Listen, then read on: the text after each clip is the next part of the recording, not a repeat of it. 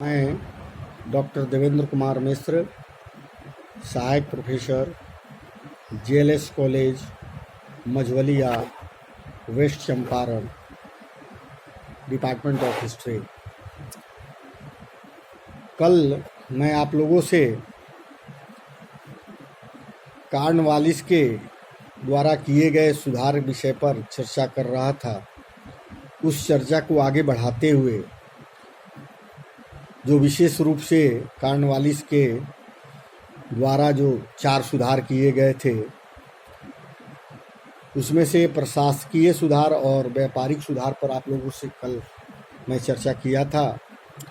उससे आगे न्याय संबंधी सुधार एवं भूमि का अस्थायी बंदोबस्त संबंधी सुधार पर आज मैं आप लोगों से चर्चा करूंगा। लॉर्ड कॉर्नवालिस वारेन हेस्टिंग के जाने के बाद 1786 में भारत के गवर्नर जनरल बने और उनके आने के बाद जो यहाँ की लचर व्यवस्था थी, यहाँ की प्रशासनिक व्यवस्था जो थी, उसको सुदृढ़ करने का उसने काफ़ी प्रयास किया। और इस प्रयासों में यूरोपीय लोगों पर ही उन्होंने भरोसा किया, भारतीयों पर उन लोगों ने भरोसा नहीं किया।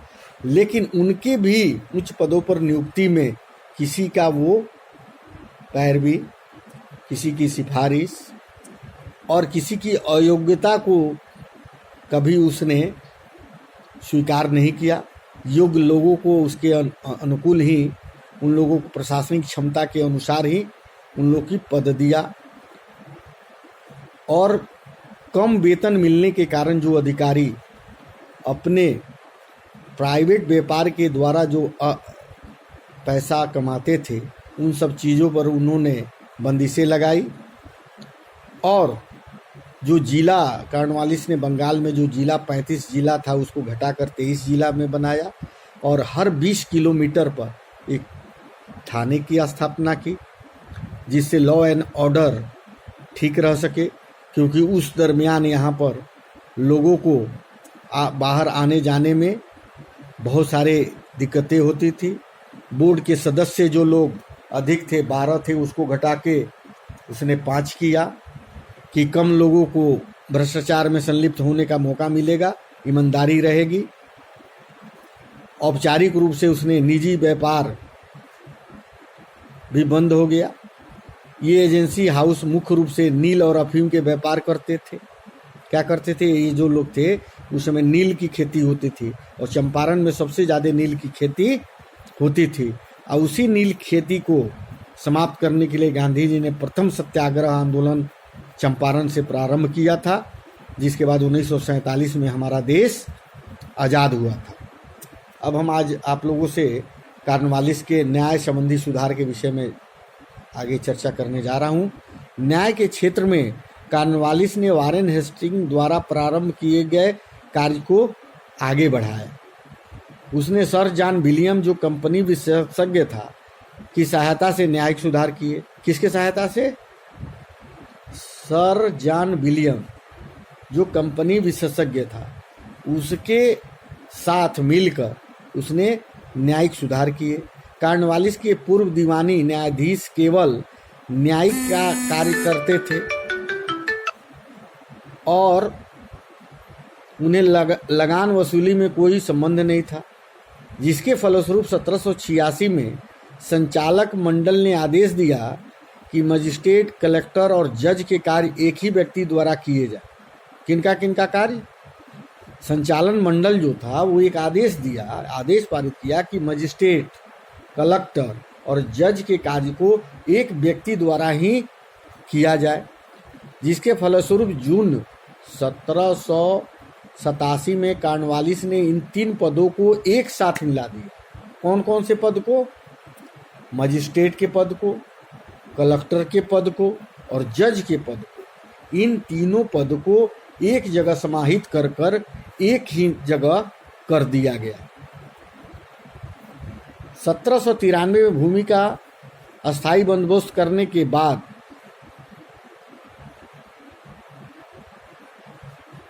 भूराजस्व वसूल करने के कार्य को न्याय से अलग कर दिया गया। क्या किया गया?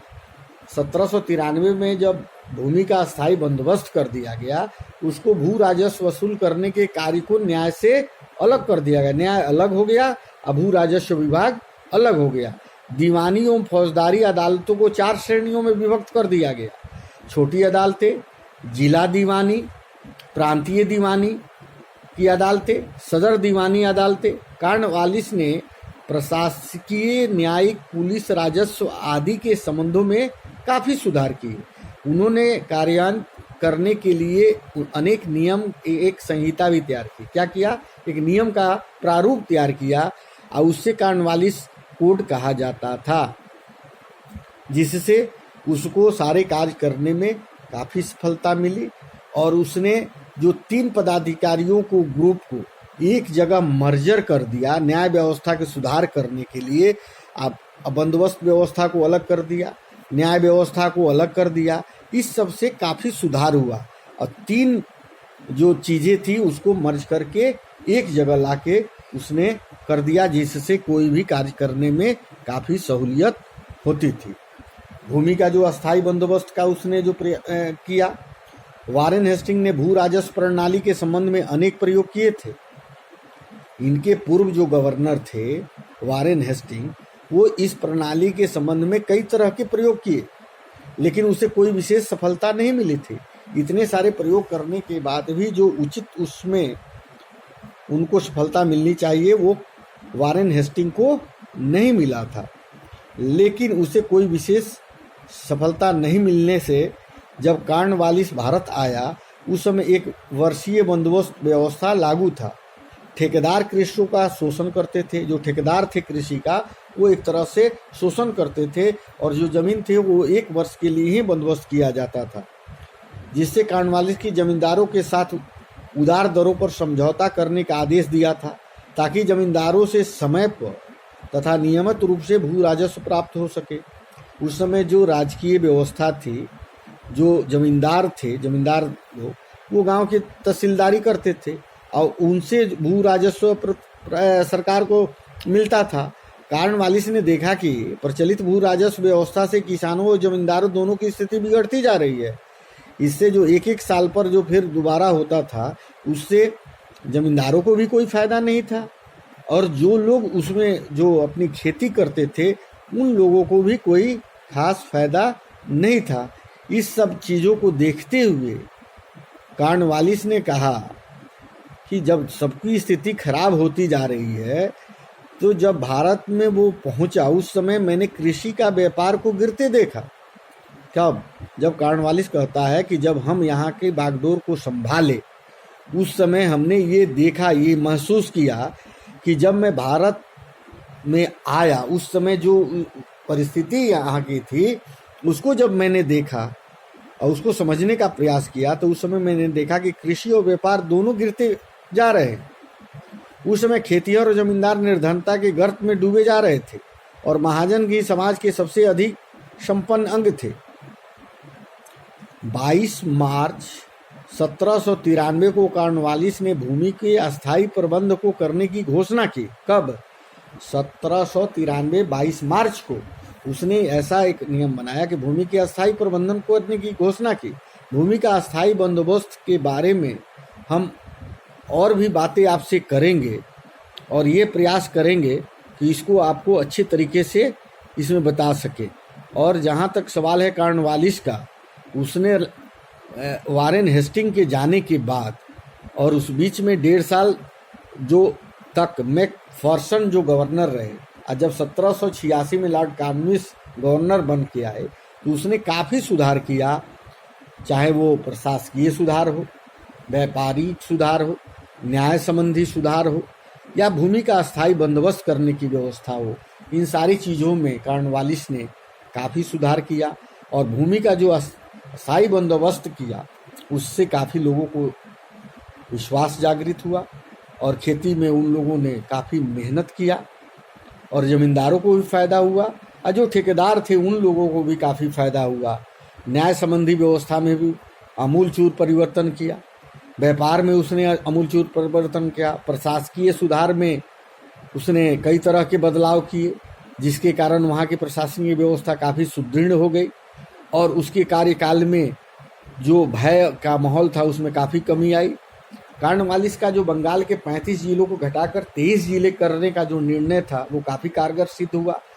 उससे परिस्थितियां बदली और कम लोगों को अधिक वेतन, जो वेतन उस समय कम था, वारेन हेस्टिंग के समय में पदाधिकारियों को सिर्फ 1,000 रुपया मिलता था, जिससे उन लोग अपने निजी व्यापार किया करते थे और उससे धन उगाही किया करते थे।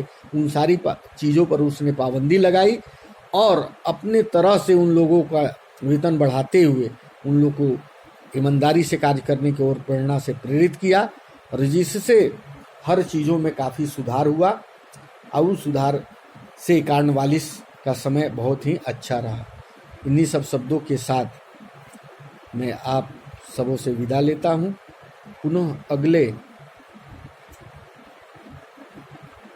व्याख्यान में आप लोगों से मिलूँगा। तब तक के लिए धन्यवाद।